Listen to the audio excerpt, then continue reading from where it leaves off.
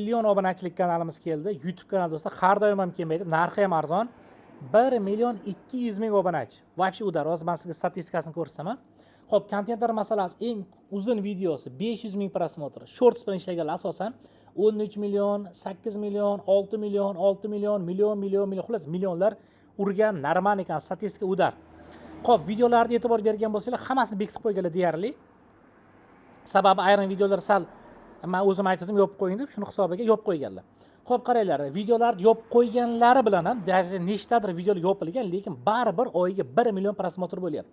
Qisqasi, kanalda olib staji bor odam olsa, diqqat qilinglar, stajiylar bo'lsa, normal staj bo'lsa, любой sohada mana qaranglar, 1 million obunachi bilan masalan mashina bozoriga chiqasizlarmi yo qanaqadir obzorga chiqasizlarmi, 1 million odam любой odamning e'tiborini tortadi do'stlar. Ustiga hammasi real odam bo'lsa, hammasi o'zbek odam bo'lsa, вообще udar. Mana mana shu kanalimiz do'stlar sotuvga kelgan 1 million obunachisi bor, mana ko'rib turibsizlar. Statistikalarni ham aytdim, millionlar tashkil etyapti. Xo'p, monetizatsiyasini ko'ramiz. Monetizatsiya yo'q, chunki sababi kanal tarqam yonmabdi.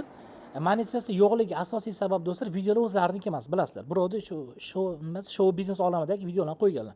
Bu kanalda staji bor odamga bersam, Apple olsa zo'r olib ketadi, lekin bitta ogohlantirish bor, bu любой kanalda bo'ladi. Men kanalimda ham turibdi. Bu nima desa bo'ladi? Juda katta emas, ta'sir ko'rsatmaydi do'stlar bu narsa xullas. Xullas, kanal narxi $2000. Konkret oladigan odam bo'lsa, qolgan Telegramda gaplashamiz do'stlar. Batafsil Telegramda. Telegramni yozinglar, salomat bo'linglar.